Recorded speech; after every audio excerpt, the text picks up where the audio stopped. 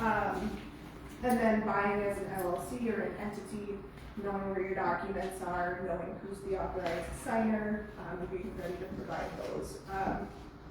Title. So just some information there for you. Sorry, I get a little winded here. I'm running Why would that be? What's the problem? But we're always there to be a resource. Email our title team, send me a text, give me a phone call. If you have questions, I'm happy to connect you with our title team, answer any questions that you might have. If you have anything that looks like you might want to put in an offer or something like that, we can do searches for you and get those out. Generally, 4 business days is looking like our top, like our longest. Search, usually we get those out in 24 to 48 hours. So if you have any questions, feel free to reach out. All right, thanks, Jordan. Yeah. Thank you, Jordan. I will say that, title is a huge piece of buying real estate and understanding the type of investment that you're likely to take on and the risks that are potentially associated with you and the transaction, how it relates to what judgments may be on there, how easy it may or may not be to close, what stage of a foreclosure something could be in. The title company is going to be able to get you a lot of information on the status of the property relative to the ease of the purchase and what challenges you may discover along the way. So it's really important that you find a good title company that's willing to do some of this legwork before you actually make that purchase. And some of them, as you're just analyzing the property, you can send over a request, hey, can you pull a title report on this so I can see exactly what the scoop, see what I'm dealing with here. And if you've got a good relationship with the title company, they're on it right away, and you can make sure that you're not walking into something that you're wasting your time on. You make an offer on property for $150,000, you realize there's liens up to $500,000. You probably don't want to deal with that, and they can stop you from wasting a lot of your time on that. So it's a really good way to do that. So just to get a feel for the audience here, can I get a show of hands of who at least owns one property even if it's your own? Okay, so the rest of you don't own anything yet. Who has bought a real estate investment? Okay, all right, yeah. Everybody else is new. Okay, awesome. That helps me understand. Let's go to the next slide here. So what is GRID? GRID is a global real estate community that we're building for investors by investors. We're not gurus. We're just really looking to get real people in a room and do real deals. Now, GRID is a national investment group franchise in a sense, and so we have a great network of people all over the country that are doing groups just like this. They have banking funds, they have all kinds of things that we can utilize to help our groups grow and be able to facilitate deals. So we're looking to connect, learn from, collaborate, like-minded people interested in building wealth and creating impact through our real estate. And we welcome investors at all levels. We're really trying to connect people who are actually just starting with people who are actually looking to build their portfolios, people who are actually getting out of the business and really want to sell, either trading into some sort of trust at the end of their rainbow, or really maybe just getting out entirely and being willing to pay the taxes on it. So the path, we have 1,000 different communities across the country. There's 2,000 leaders. There's 10,000 people that they've created to make financially free. 100,000 millionaires coming out of this group, and there's 1 million members. So this is not like, one of the reasons we really decided to get involved in this is it's not just us, and it gives us the power of a larger network. So some legal stuff that we need to make sure that we mention, like we're going to be giving you guys as much information as we can here, but we're not the de facto rule and giving you, I can't make your decisions for you about what is a good investment and what is not. This is something that you guys have to assess on your own, and we're going to try to give you the tools to be able to make those informed decisions. Also, we are doing some filming around here, just releasing some of that. If you guys have an issue with that, just know that that's happening. So who are we? This is our team. Why are we running the group? What do we want to accomplish with you? And how can you connect with us? Essentially, I'm John Schneider. I've been doing this for 25 years. Chris and I met, funny enough, one of my very first real estate transactions was buying appliances. Yeah, buying appliances from Northern Bay. Right here. Yeah. So buying appliances from Northern Bay, Chris facilitated that. We bought like 6 sets of like appliances because there was a bunch of foreclosures going on. It was just around that '07 era. One of my first deals we put together. This Property Revival and Artisanal Design was a company that I started, many years ago, and I've since sold, and we'll have a new sign on the soon. But I've been doing remodels. I've done 500 plus fix and flips over the years, and I own a reasonable portfolio of rentals. So I've been doing that. I've got some commercial, I've got multifamily, and I've got a lot of single family homes that I've been buying for years.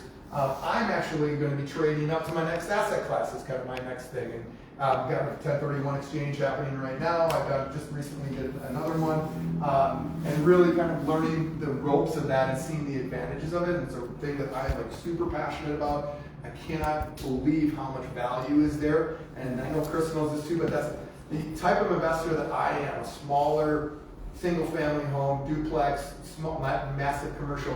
It's kind of an underserved market in the 1031 exchange area. There is so many large investors out there doing these $10, $20 million exchanges. There's not a lot of guys servicing the smaller $250,000, $350,000, even $100,000 exchange. And there's so much value in it once you learn what you're doing, and being able to introduce the buyer and the seller together to make these things streamlined is really the biggest thing. This is Imani Jones. You want to introduce yourself? Hello, I'm Imani Jones. I don't know, I've been with John for 4 or 5 years. I don't lose track. I think I've been in real estate for 6 or 7, something like that. I started off just at First Weber, just as a normal real estate sales guy. John picked me up at a bar. At the Sylvie, he's like, hey, what are you doing? I told him, he's like, come work for me. He's like, hey, just come work for me. All right, well.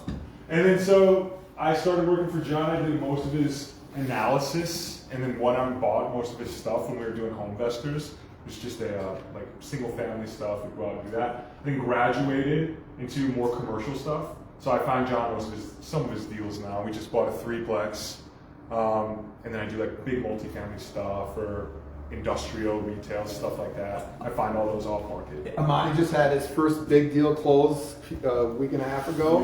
$3.5 million closing on a commercial property on State Street. So I'm the buyer and seller on it. It's a big deal. Yeah, so that's been fun to watch him blossom into a really aggressive and really smart agent, helping connect both buyers and sellers in that market. So it's pretty cool. Very good. Then we've got Michelle Carolla. Yes, so great. So I came to John probably 2 years ago, right around there. Before that, I spent many decades as a news anchor, journalist, and so I bring the media side of things. We do a lot of all of our social media, those types of things. Now I work with John as a buyer, and I do all of our design work for all of our properties and our staging for all of our properties. And then we're all realtors, obviously, so we do a little bit of everything, whatever needs done, right? Mm-hmm. Yeah, and it's one of the big reasons that we started this as well is Micah just joined us here. Micah and I do a lot of marketing together. We actually have a buyer group together, and we are marketing and finding a lot of properties more than we can actually purchase in a given month. And so we are starting the wholesale deals for really the first time. I have not been a wholesaler most of my career, but it's to the point now where we have more properties than we can take on ourselves. And so one of the reasons why we're broadening this network is trying to I don't want to be selling my properties to some real estate investor I have no clue who it is. I'd much rather be bringing in a network of people that we've either connected with. Maybe you know somebody who wants to buy, maybe it's not you personally, but the broader our network is, the stronger that sale process can become, and we have less things falling through the cracks, and we know exactly we have a better understanding of what's happening there. So I'd like to go around real briefly, and I know, if you're in this room, you likely have a little bit of extrovert in you, so I don't think we're going to have too much of a problem with this. But I was wondering if we start and just tell a little bit about who you are. Jake, we'll start with you. You don't have to answer all of these, but give us a little bit about yourself and maybe answer one or two of those questions, or all of them if you'd like. Yeah, so my name is Jake. I work for MG&E. I'm a lineman. And I have a good financial portfolio as far as like 401ks, pensions, stuff like that. I have 0 real estate, so I'm looking to diversify a little bit. I have 3 girls. They keep me busy. I'm definitely hoping to learn a lot from this group. I've known John for several years. Very smart guy.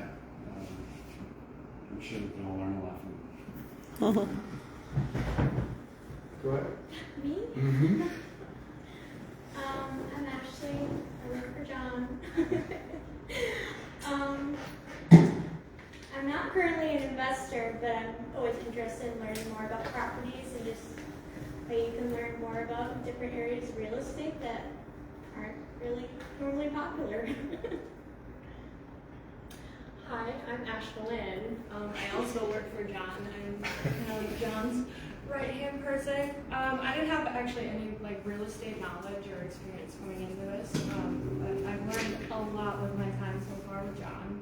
It's not something I actually ever saw myself doing, but now I think it's a great market, so I'm excited to learn more. I'm Teresa. I met John through the internet. Actually through YouTube. That's how I found you. Because I was interested in maybe doing a flip, and then I randomly called him and he picked up. And that was like about a year ago. I'm currently an investor. Me and my husband own 4 properties. We closed on the most recent one last year with John. And what property types? Really anything. Like I'm really into small multifamily right now, but that might change. Maybe a flip. I feel like in Madison you kind of have to like keep your options open a little bit, but I'm interested in anything. Mm-hmm. And then hoping to learn how to grow. I definitely want to grow a lot more, especially this year. I feel like there's a lot of opportunity in 2026 for sure. And then benefiting from the group, just learning from however many decades of expertise everyone has all together is, I think, like the most valuable thing you can get in real estate, honestly. So. I just want to comment a little bit on what Teresa and I's relationship, how it started. She called me about a house that was on, well, we had a couple conversations prior. She called me that a house had hit the market on Schlingen and said, hey, can you look at this? And I was like, I'll look at it right now. I went there. There was no way at the time that she would be able to write the offer. And so I was like, I'll just write a cash offer. And if you want to do the deal with me, we'll partner up on it. And you give me still a little bit of cash. I'll take the financing out. We'll teach you how to do it. And we did it. It didn't turn out the best, but we made a little bit of money on it. It cost us more to do the property, and it sold for, I don't know, it was roughly what we thought anyway. Yeah. But it took us a little longer and it cost us a little bit more. But in the end, we got their money back and we gave them a little bit of profit, and there was some good learning that happened in that process. And then later on, we did another deal. Teresa's also pretty well versed for a novice investor, and you're not really that novice, in midterm rentals. And so she's been doing a lot of that, and it's a really neat market. I've kind of dabbled in that market and not real keen on it quite yet. I feel like I need to either jump all in or get out of it. But it is an interesting way to invest. So thanks for being here. Appreciate it. You exempt? I don't know. No, you're not exempt. My name is Jordan Permonic. Again, got this title. I actually just met you recently. John is close with one of my colleagues. So as far as am I currently an investor? No, I'm not. I just own my own home. That's about it. But I am interested in learning about just small multifamily. And we have a situation that my parents are dealing with where my grandpa lives far away, and it would be really nice to move him into a property that maybe somebody owns, where he can just age out there. And I'm looking to kind of forecast a similar path for my own parents over time. You know, maybe that's an investment property where somebody's renting it from me for the time being, and when my parents get old and need to live closer to me, then then we have that option available. Hoping to learn just about everything. I don't have any experience in the investing area. And then as far as how I hope to benefit the group, I hope to learn from everyone here just different tools that I can take as far as my own investing, but also learning how title can be even more of a support and a better ally and a partner for the people who are looking to invest, and see how we can develop better partnerships with investors like all of you here. Great. Thanks, Jordan. My name's Chris Haig. I am currently an investor. I'm in the self-storage world right now. Done all the other stuff to death, and I realized that I like renting to people's stuff instead of renting to people. And I have more control, and I'm a terrible property manager, which is nice. So I learned that about myself years ago, so I just stay on that end. And I run a real estate investor association in the area with Scoria, and we do stuff in Madison and a bunch of different areas around the state. But it's like this, it's networking. And the value of this is you can't put a price on it. I mean, you walk out of here and meet one person, you do that 12 times a year times 10 years, you got a whole database of people. And so hoping to learn, as you pick up something all the time. I've been doing this over 30 years, and I learn something every time, every group, every single networking event. So I keep coming, keep showing up. So awesome. Thanks for being here. Yeah. Hello everyone, I'm David. I currently work for Cater Property Management. Just started there less than 2 months ago. So speaking of property management, managing the tenants and different things like that. I am not currently an investor, but I'm just trying to get as much knowledge as I can and meet a bunch of people and really just utilize all that knowledge into making the right decision and a good investment. I'd be interested in single family homes or smaller multifamilies, definitely. Hoping to learn, like I said, as much as I can and just be able to be a resource for the owners that are reaching out to me potentially for our services and can help them with all the different facets of this industry. And then, as Chris was saying, everyone you get to know is another person that you can help, or they can help you in different ways. And I think that's really valuable. The people that you surround yourself with are so important. So just getting to meet you all and then learning all I can is really what I'm trying to do here. So yeah, grateful to be here. Awesome. How's it going, everyone? Micah is my name. Let's see. I am currently an investor. Really deal agnostic. I have multifamily, I have short-term rentals, I have single-family stuff. There's not a lot that I'll say no to if there's meat on the bone. So that's just kind of my style. Currently on top of that, I run a national marketing firm for real estate investors and agents. And so I have a unique position in that I get to talk to people all over the US who are doing similar things as us. And so that's really fun, facilitating that and kind of merging with John and growing what we're doing here and how we're impacting this market. I want to learn from all of you. There's an innumerable amount of ways that you can make money in real estate. And I feel like I've been doing this for 10 years and just scratching the surface. And yeah, and networking, like everyone was saying. Thanks for making it. Good. I'm Nikki. Ian's partner. We're not currently investors, but we're looking to be. Probably be interested in small multifamilies or flips primarily. Hoping to learn anything. Good. And then, whatever else wants to teach us. Yeah, just trying to, I think, learn how to be investors in real estate right now. I think we're in a phase where we're kind of building cash and trying to figure out kind of how the market works here. And, I've done a lot of research online. But yeah, just trying to see how it can be like an income kind of thing. So, yeah. Awesome. I'm not exempt. I'm Candace. I work for John and Micah. I'm their acquisitions manager. So when someone reaches out to us, I am the first person that they come in contact with. Am I an investor? I just bought my first home a year ago, but I work remote. So my first home's in East Tennessee, so that will probably become my first investment if I move up here when I move up here to Madison. Yeah, I was aware. Yeah. As far as properties I would be interested in, it would primarily be fix and flips. I'm not really interested in property management, but I am excited by the prospect of turning something that is in disrepair or helping someone out of a difficult situation, and then turning that into something that could help a family or someone else. Hoping to learn lots. Personally, from Knoxville, the GRID network there is huge. It's a huge network for all of the investors. Knoxville's in East Tennessee.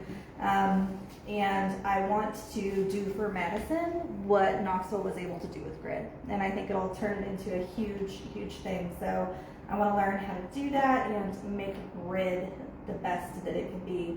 Yeah, that'll be the benefit from the group as well. Well, thanks everybody for sharing. I really, it's such an honor to be able to be someone in my position to be able to talk to people about real estate, because I honestly believe that there's no better way to generate real wealth than real estate. There's so many things that allow you to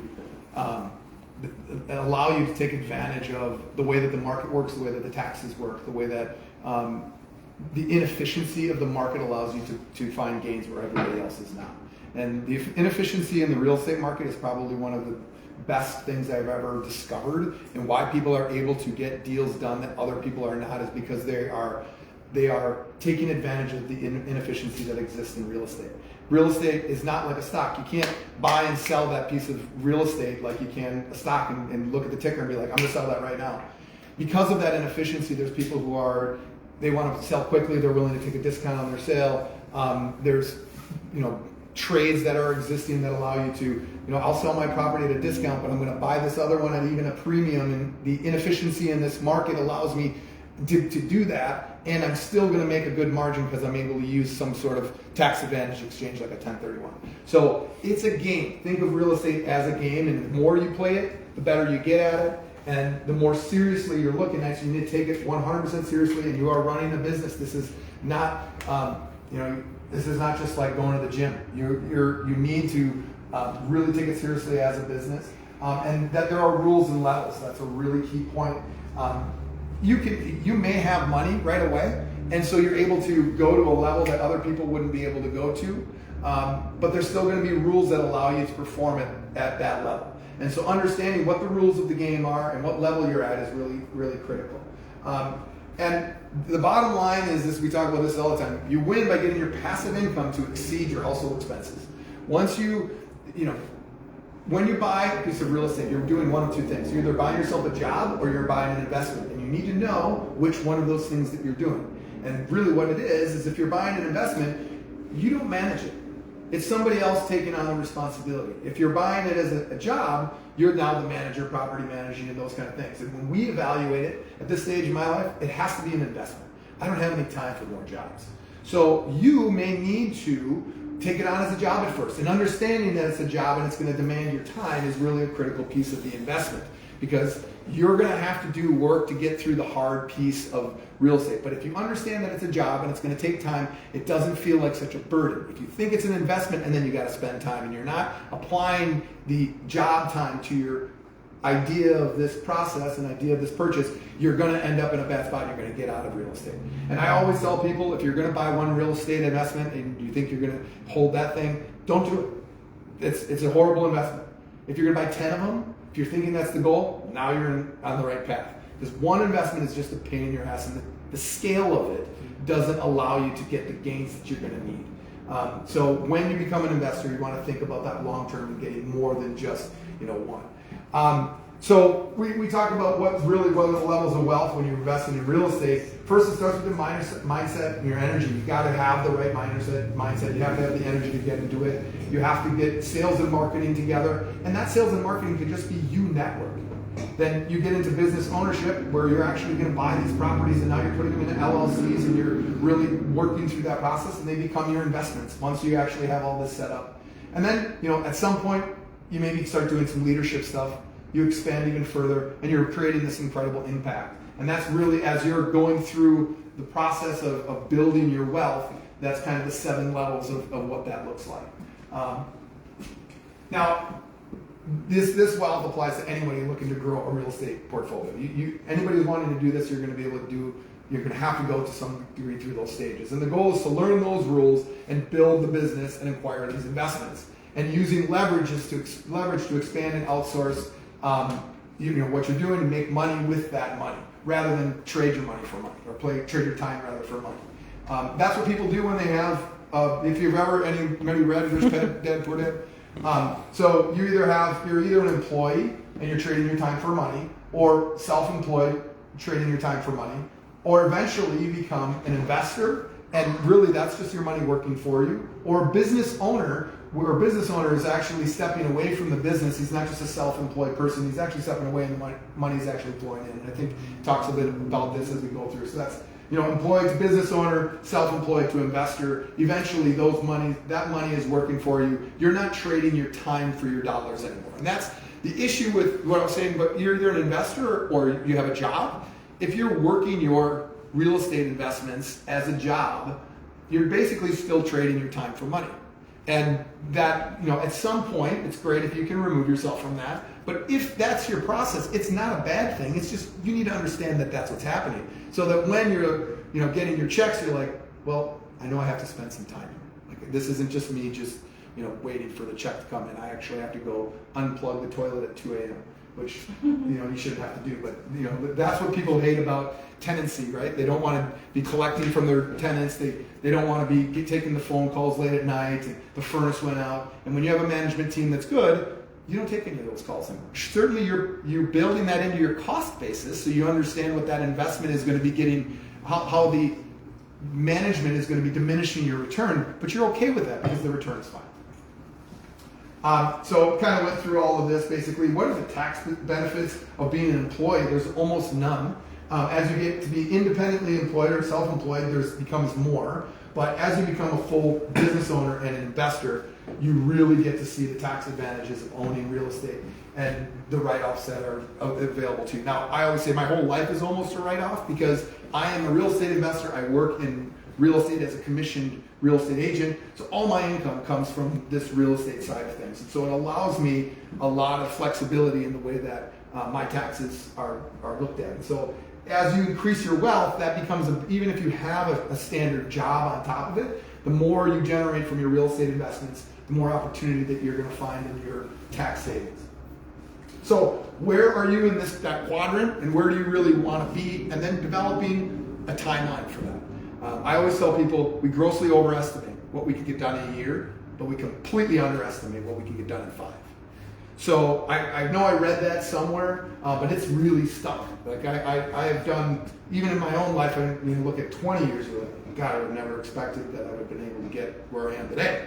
I was a musician, smoking weed, playing in bars, 25 years ago.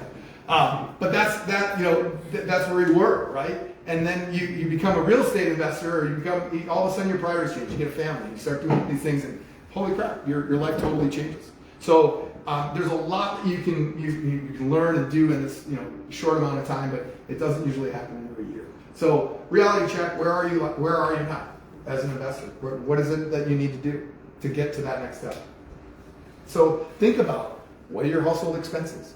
What's your current net worth? Start measuring. We cannot manage what we don't measure.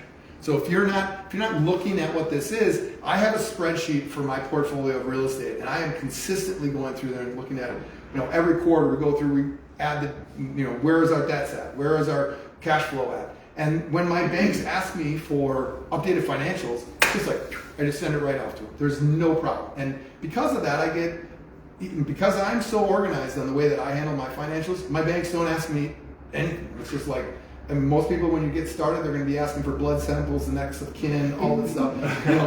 But once you get your situation dialed in and you're really organized, the banks start to really trust you, and they start offering you lines of credit, and you're like, you just kind of roll with it. So it's really important to do that. Now, how much are you spending? Are you overspending? I mean, we pretty much all overspend in our world, so it's how can you reel some of these things in to be able to make some extra money, save some extra money to really start your investments. And are you tracking your expenses? And you can use tools inside of different software programs to do that. Learn the language of what a good deal looks like in your area. And I think we talk about this all the time. I have built a spreadsheet over time that is like everything that we basically do. You plug in 10, parameters and spits out a number. And we're constantly evolving that because as we get into multifamily real estate or industrial or different commercial properties, all those things start to change a little bit. So you have different parameters and you're looking at different matrices. But the big ones that we all talk about is cash on cash. And I say cash on cash return. Does anybody here have an idea what that is? If most people know what that is? Okay, so this is the one that we actually have to know the most. Because especially as a beginning investor, you're probably not sitting on a ton of extra capital. And so if your cash on cash return, that's how much money you get back on the money that you put in. So let's just say you put $1,000 and then you get $100 back. Well, that's a 10% return on your cash, right?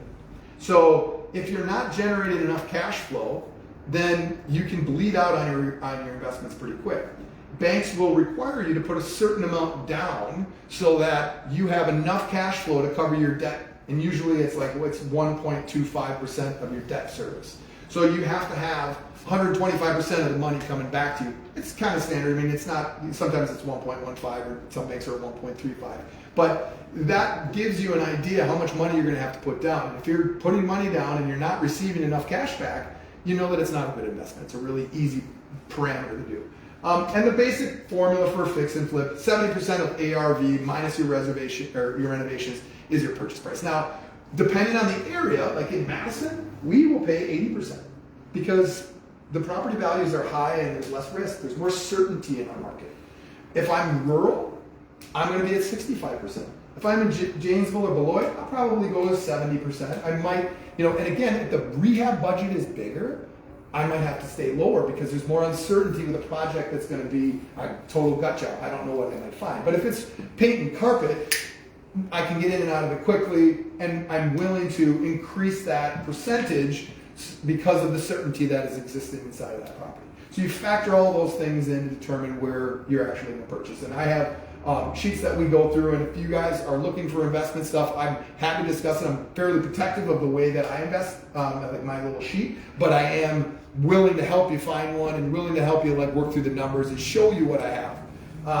And then buy and hold. So there's a 1% rule and a 2% rule and a 50% rule. These are 3 decent rules, but there's hundreds of different rules. So but the 1% rule is rents basically are 1% of your purchase price in a good prime market. Rents and 2% rule is like in a less desirable area, you want them to be 2%. Now, these are, you have to develop your own parameters, but this is kind of what that is. Your 50% rule, what is the 50% rule? Expenses. Oh yeah, it's 50, because right. We actually look at 45% as our number, so that's what throw it off. But 50% is how much of your expenses exist in, how much of your rent is expenses. So if you're collecting $100,000 in rent in a year, you're probably roughly $50,000 in expenses. And if the guy who's buying the property says, "Oh, I only got $30,000 in expenses here," you're like, something's off. This is the 50% rule. It's not applying. Now that does change on if the property was just built 4 years ago, it's going to be less. If the property's 100 years old, probably higher. So it really doesn't require full management. Sometimes there's a property manager on site in bigger commercial properties. Sometimes it's a triple net lease and all the expenses are paid by the tenant. So then it's lower. So there's certain rules that are, all these rules are to some degree malleable. So step 3, you got to learn how to prospect, network, and market for deals. And just being here, you're not working. That's step 1. I mean, you really need to be out there talking to people, learning about your particular market. Real estate is not always, but really when you're getting started, should be somewhat localized. It's hard to, unless you have tons of cash and you're going to invest in areas far away, and you're comfortable with that. Typically, you want to learn a localized market. And what I usually suggest to my team is really focus on a neighborhood that you really know and start to analyze the numbers by dollar per square foot. How much are they selling for?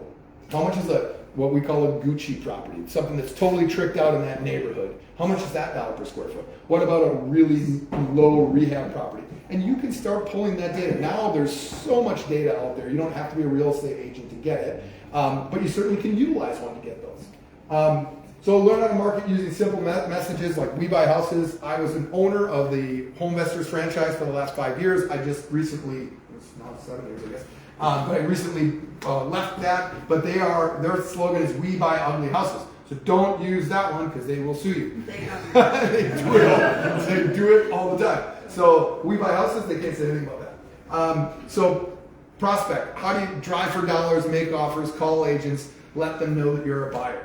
I can tell you that there is way more deals out there than what you may perceive when you're looking at the MLS. People find deals all the time. We are constantly marketing for deals. It gets expensive to market for deals, but walking a neighborhood you're familiar with and knocking on doors, we've done it. Like that's a way to do it. We found it. So it depends on what your threshold is for marketing. But networking, like we are going to have more deals than we can handle. And again, building a network of people that are interested. We'll be sending these out. You can get on our mailing list, and we'll make sure when we get deals, we share them with you, and we can create that relationship. Ultimately, that's a big part of what we're trying to build. So finding the network of investors, we've already kind of talked on that. And then learn the messaging methods and budgets to get sellers to call you. One of the things that we've talked about a lot with our marketing and really our communication with sellers is educating the seller why you're purchasing at the price that you're purchasing in, or why an investor is going to buy the house at the price that they're offering. Most people have no concept of what the seller or what the buyer is going to have as an expense ratio based on how much money they're going to put down. And this is an interesting one for the multifamily stuff. In Madison, people will be asking an exorbitant amount of money for a house. Like, I want $850,000 for this house. Well, then you look at the rent roll and you'll be like, well, they're only bringing in $5,000 a month on this house. And and it's maxed out in its value, there's no more rent I'm going to get out of it, but you want $850. Let's walk through the paperwork here, and I'll show them what that loan looks like for a buyer. And I'll say, okay, this buyer is going to put 30% down, which is the requirement, and because of that, and they're going to get $5,000 in rent, their mortgage payment's $4,400, and their taxes and this, and so they're going to end up putting down, let's just say the number is $250,000 on this house, and they still write a check for $30,000 every year just to hold it. Would you do that? And the answer 99% of the time is, hell no. So you're like, okay, well, then we need to figure out a better price in this house. And they have to go to a bank, so they'll either have to put 60% down to make a cash flow, which what the bank will do. They require a certain amount of down payment for them to actually cash flow and feel like this is a financeable deal. And so would you put 60% down and you're putting $400,000 down or $500,000 down on this house, and now you're just breaking even? Like, would you do that? No. I mean, you might as well just buy a bond, right? So understanding how to convince or show a seller the validity of their purchase price or sale price is a really key component. And you do the same thing on buying a flip or buying something you're going to buy and resell. Step 4, buy rentals, prefer using the BRRRR method. I have to say, I have been a little bit more conservative in this method. I know a lot of people use this where they buy it, they renovate, they rent it, they refinance, take the cash out of it, and then they repeat this process. This is a way that you can grow really fast. And I will say, if I had done this more aggressively over the last 25 years, I'd probably be living on an island like St. Bart's. Because that's what the people that I know that really took this method to heart, they were able to exponentially grow their businesses. The challenge is the more you leverage, the more risk you take on. And in real estate, there's more millionaires made in real estate, but there's equally more bankruptcies in real estate. Every time you decide to leverage up your property, you're taking on another layer of risk. And so I'm not saying it's bad. I'm just saying that understanding your layers of risk as you lever up is really probably the most important thing that you're going to need to understand as you get into real estate investing. And if you have a lot of cash and you're generating a lot of cash flow, you can do this fairly simply and not have problems. But if you are leveraging up and the cash flow gets minimal and you are short on cash, your risk is getting higher and higher. So understanding that is really critical as an investor. Growing a network of professionals to help you manage this portfolio, this is key. I don't I probably manage, I don't know, maybe a dozen properties. All the rest of my properties I have with property management. And I manage the stuff that I have in Madison that's easier, but I own real estate in Beloit and Rock County, kind of scattered all over southwestern Wisconsin. And and those properties that I manage are a job. Now I have a team of people here to help me do that stuff, so I'm not doing it anymore. But you want to be able to network. You want to understand that at some point you want to relinquish the control of that asset, so that you can go do other things. Ultimately, that's what I think most of us want is a passive source of income in real estate. So if you can generate that passive source of income, you're able to go acquire more property or go spend time with your family or whatever the things that are attracting you to the real estate side. Shouldn't go to loan. We talked about that. You don't want to buy real estate. Buy real estate and wait. You can see here, obviously, this is really the benefits of real estate. I mean, this outlines it. I mean, over time, real estate's going to appreciate by roughly 3.5%. Now, it's not going to be, year over year, it's not going to do that. But if you look long term, that's what it does. Rental income's going to go up. The loan's going to pay down. Every now and then, you're going to level up this asset class and do a trade every maybe 5 to 10 years. And all of a sudden, you've got, $10 million, $20 million net worth. It's not that difficult. Certainly, you can be a millionaire in this business within 2 to 3 years. It's not all that hard. In 5 years, be worth $10 million is really not all that hard. It does take work, but it's pretty doable. And it takes a little capital on you. You've got to massage your banking relationships and learn a bunch of things. But this is one of the reasons that I'm in this business is the ability to generate that wealth fairly quickly was pretty amazing. So what's stopping you? Let's bust some common myths right now. Myth one.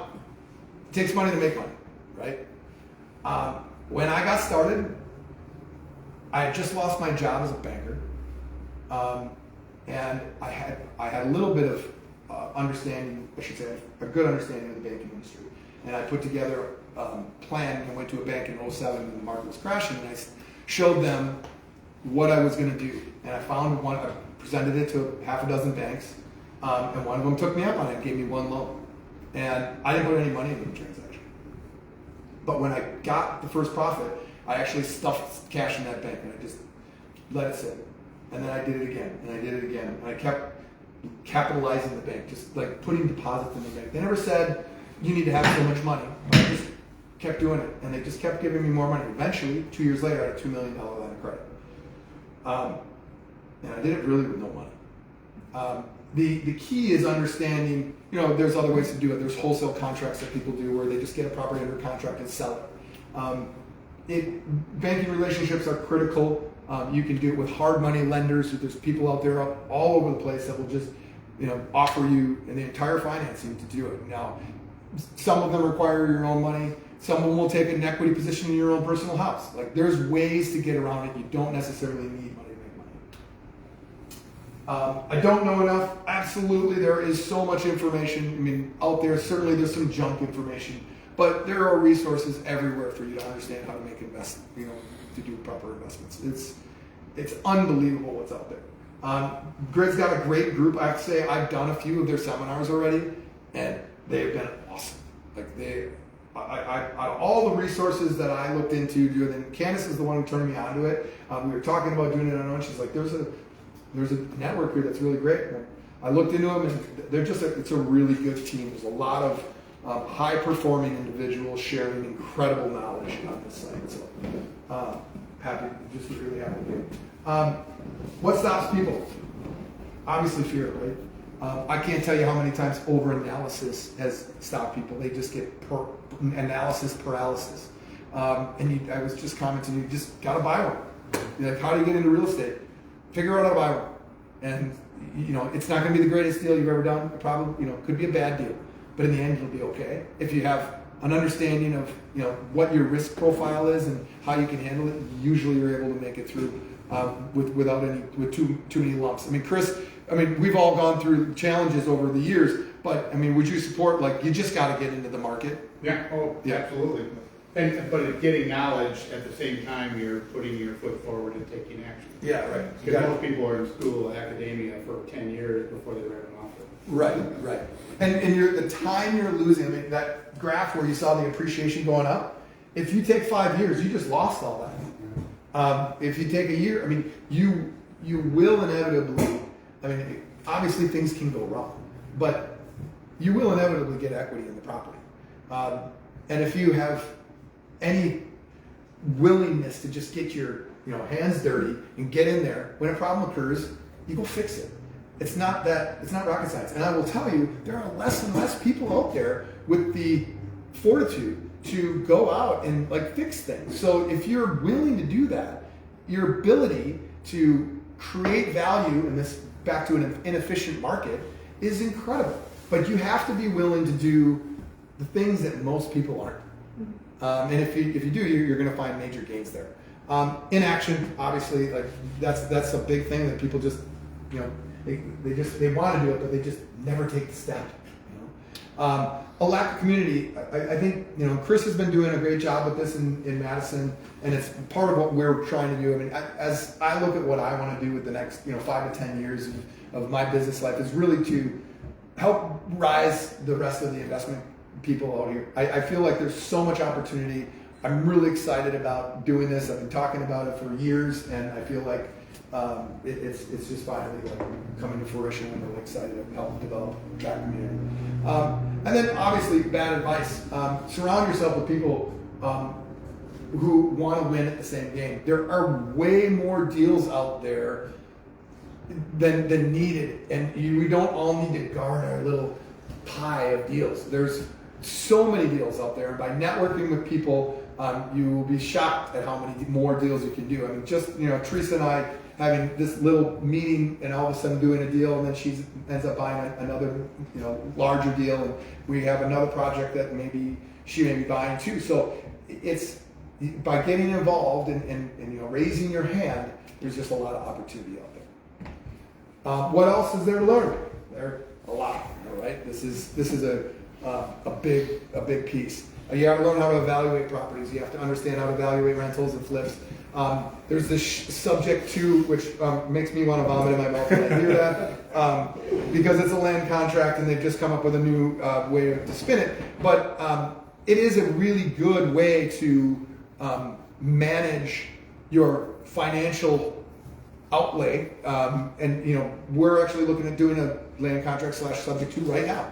Where the gal wants to move out, we're going to take over her loan. We're just going to pay her some cash, and we'll flip it, and then we'll pay her off in probably 6 months to a year, and she can move on and do her thing, and we don't have to go get a loan for it. She's got a really nice low interest rate, and it just makes sense. And then you don't have to pay the transaction cost of going out and get a loan. So subject to is a great thing.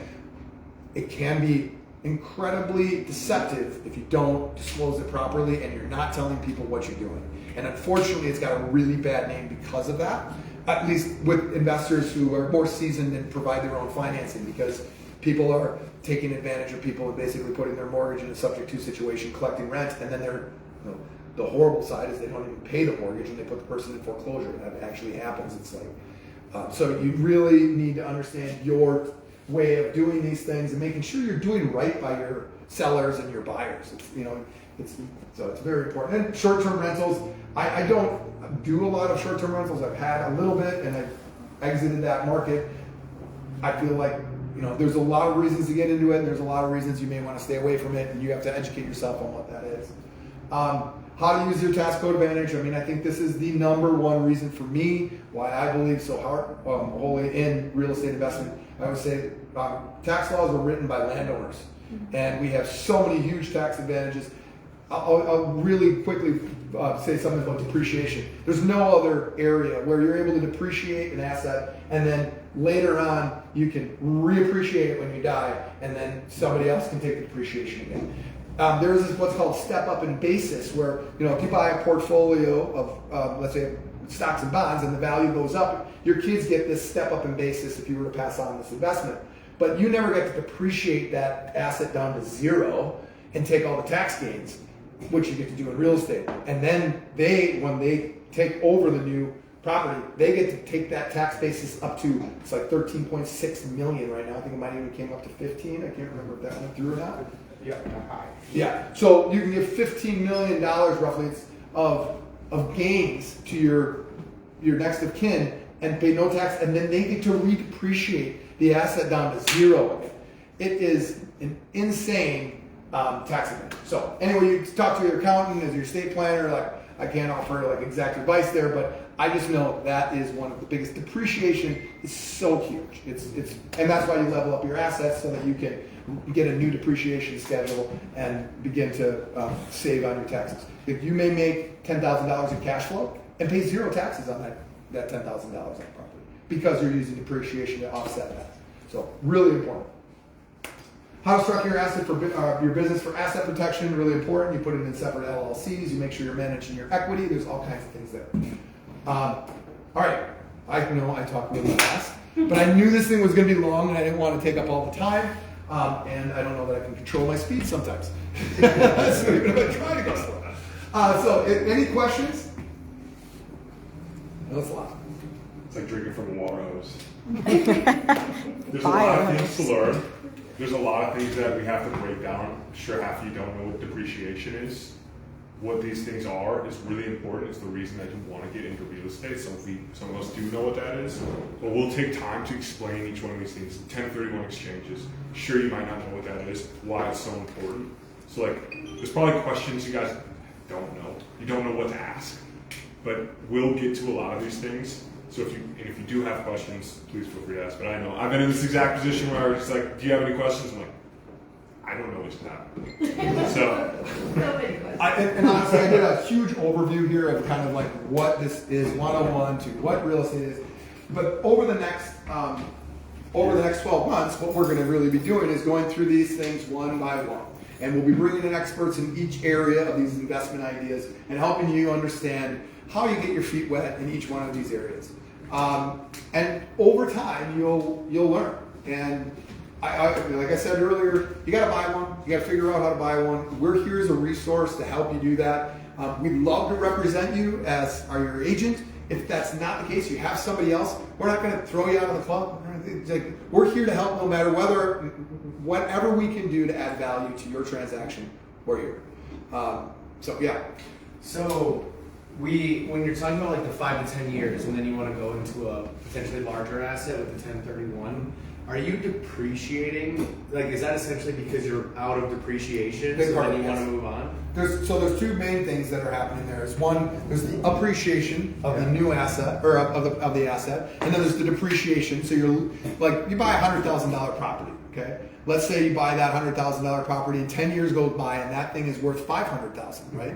And you paid off, let's just say 50 grand of that. So now you've got $50,000 in debt on a $500,000 property, right? That return on equity, every time that property value goes up and your balance of your mortgage goes down, you've got more trapped, unused equity in that property. So your return on equity is going down basically every year, unless you're really jacking your rents up, right? And you're always paying more and more taxes because you only have so much depreciation on that property. You started with 100 and you're depreciating it down to 0, every year it goes down, down, down. Now eventually you don't have that much left, and you're depreciating only a $100,000 asset that could be a $500,000 asset. Right. So now we're trading that real estate. Now let's just say I sell that property and I've got $450,000 to put in a new asset. And I typically would buy something that's roughly double. So like I would buy a $900,000 asset and I put 50% down. Now I've got a $900,000 asset to depreciate, minus whatever I depreciated on the last one. So I bought it for 100 and I depreciated 50. Now I only get $900,000 of depreciation. That's how. So I get this much bigger depreciation schedule, and I'm going to generate way more cash flow with this other property. Now those are extreme numbers, just so you can kind of see what it is, but that's essentially how it works. And so your return on your equity goes like insane. Like you were making like 1.5% on your equity. Now you're making 6.5%, and your cash flow goes from $9,000 a year to $14,000 a year. With likely you're moving that to $16,000 and $18,000. You're typically getting 50 to 100% more on your cash flow, and it's like 300% gain on your equity. I mean, it's the numbers are staggering, and so it's really an important piece of the real estate investment portfolio. Anything else? Anybody else? Why do you think real estate's a better investment than stocks? I outlined that just a moment ago about the depreciation. Like being able to depreciate the asset as you get the gain and pay less taxes, and then someday passing that depreciated asset off to your next of kin and being able to have that value, that depreciation schedule come back, they get the step up in basis. There's just not another vehicle that I'm aware of that does that. And the bank won't let you have any money on stocks. Yeah, right. And the leverage that that's the other piece. So, there's really 4 benefits of real estate. One of them is the appreciation. The other one of them is your bank service. You have your tenants paying down your notes, right? And so as you're getting that paid, somebody else is paying off your bank notes, and you've got all this appreciation. So you're generating equity and net worth in 2 directions. And your bank service as it's going down, and your appreciation. So and inflation. Yeah, well, then there's you're hedging against inflationary numbers as well, and you get inflation if like when COVID happened, like inflation went nuts, and all of our real estate just went. Poof. So now it can go the other way. Like in 2007, the market tanked, but it all came back within. If you were able to hold on, it all came back. And if you acquired at that time, which was, to some degree. I got the horseshoe up my ass, excuse my French, but I was investing in real estate in 2007 when the market was crashing. Now people were like, "You're nuts! I can't believe you're doing the market's crashing." I'm like, "Isn't that usually the time?" Haven't you ever seen Annie when Daddy Warbucks is like, "Everybody's selling, buy, everybody's buying, sell." So that's kind of what I thought, and being in that market was really good. If you were in early in that market, if you were in there in 04, 05, 06, you could have gotten your hands chopped off pretty easy. So timing is a big piece of it, but not over leveraging. A lot of people are getting greedy and they're starting to over leverage their assets. Banks are a little wiser, not much wiser, but they're a little wiser than they were in 07, and they're not letting people lever up the way they used to. So I think we're hedging in the banking side of things against a massive reduction in real estate assets. And I think right now the cost of construction is so high that the inventory has stayed low because we can't build into this market very easily because the cost basis is so high. So what exists in the marketplace is likely to appreciate simply because we can't keep up with the demand. So your upcoming events say June 3rd, July 15th on the same line? July 1st. Yeah, I see that. Right above it. Oh, okay, yeah, that's... It's actually June 3rd, right? Yeah, correct. It is June 3rd. Yeah. I don't know why we have July 15th there. Probably editing. Yeah, it's in white. It just doesn't matter the meeting. Sorry about that. So it'll be the first Wednesday of every month. Chris, you are the most seasoned investor probably in this room, even beyond me. Anything that you have to add? No, everything you said, it's 100% about, I think I was talking to Money when we were downstairs and a couple people, and, it's just about getting in the game and not stopping. It's the people that stop. They try to be in academia, they try to learn everything, they try to be perfect, and you don't have to be perfect, you just have to start. But you have to start with people around you and get some of that education and just keep showing up. But don't stop. If you start marketing, don't stop. It takes time. You just have to be patient. And the only way to be patient is to get around other people who have already been patient and they know the drill. And so when you get that day and you hit the wall, go talk to someone who's already done it, the Johns of the world and myself and other people that have been doing it for a while. You'll all hit it. We all hit it. I still hit it. And you just know that there's another day. You get on the other side. You keep going. But there's walls and then there's, eureka. And there's great days. So, but you can't stop. So. Yeah, and you win some and you lose some, right? I mean, This is just like, you buy a stock and the stock goes down and you sell it. And you just get the cup A and you sometimes you just have to take the medicine. But if you do good analysis, you can minimize those losses. With us, we make more mistakes now than I did in early years because I'm taking more shots and I'm letting other people do more evaluation and letting them make some mistakes that I've made in the past too. But you also learn to kind of relinquish reins a little bit, and in that process, you may miss a few shots. And you have to be, in our world, it's like we want to buy 50, 60 houses a year, and we want to grow and be doing 200 wholesale deals on top of it. So, you're going to have challenges. You're going to have, and it really depends on what scale you want to be at. But you got to start somewhere. You got to have. It starts with one. It's just one property, and you'll find if you like it or not. And knowing that you're going to take on more investments is really the big key. You're not going to stop at that one. But it is an exciting game, and the leverage piece, and that's kind of where I was going a moment ago. You're able, this is the other investment. Why real estate? There's the leverage piece of real estate assets is the thing that causes us to be able to be more. There's more millionaires and more bankruptcies. And I'll give a quick example on this. If I buy $100,000 property and I put $100,000 on and I make $2,000 a month, I'm making, on that property, I'm making $24,000 a year, putting that $100,000 down. Or I could put, I'll just make it easy, I'm going to buy 10 properties that are $100,000 and I'm going to put $10,000 down on each one, and I'm making a $2,000 amount on the gross, but each one of them is actually netting me, let's just say it's $600. Right? So I'm spreading across all these properties. I'm levering up my risk, so I've got only 10%, down on each one of those, and I'm able to get more return. But I've also increased my risk. I've taken on another $90,000 or whatever on each one of those, and so I've got all this real estate debt that didn't exist in the other investment, but I'm getting a lot more gain. But I'm taking on the risk. So you have to understand what your leverage risk is where you're willing to be on that. And the more you take on, the more risk you're going to have. The less you take on, the less opportunity you're going to have. And there's a balance there that makes it a feasible way to invest that is comfortable for you and your girlfriend or wife or significant other. You feel like you can take this on. And then there's an area that starts to get very uncomfortable. And you probably want to live somewhere between those two, because if you're not taking enough risk, you're probably not going to get the gains that are going to make the changes in your life.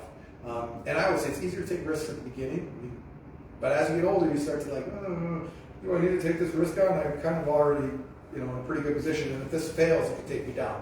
So you start to go up into bigger and bigger investments, so you got to be careful about how that all shakes out. And it's interesting listening to Amani. I said, why would you buy this deal? Well, because there's a lot of risk in that deal. He doesn't really see the risk that I would see, because he's young and just like, why would you get this? It seems like it's going to generate, $10,000 a year in cash. I'm like, well, I know, but it takes $500,000 to do it. That's not a lot. That's not a lot considering $500,000. To be fair, our last deal we talked about that on was $10 million. So that was a lot more risk. Yeah, it's $10 million. We're still looking at it. It would be my first really big deal. So it's again, it's a game. You gotta go and play it. Awesome. Thank you so much, guys. Appreciate it. All right, so that's the end. If you guys have people you want to meet here, network.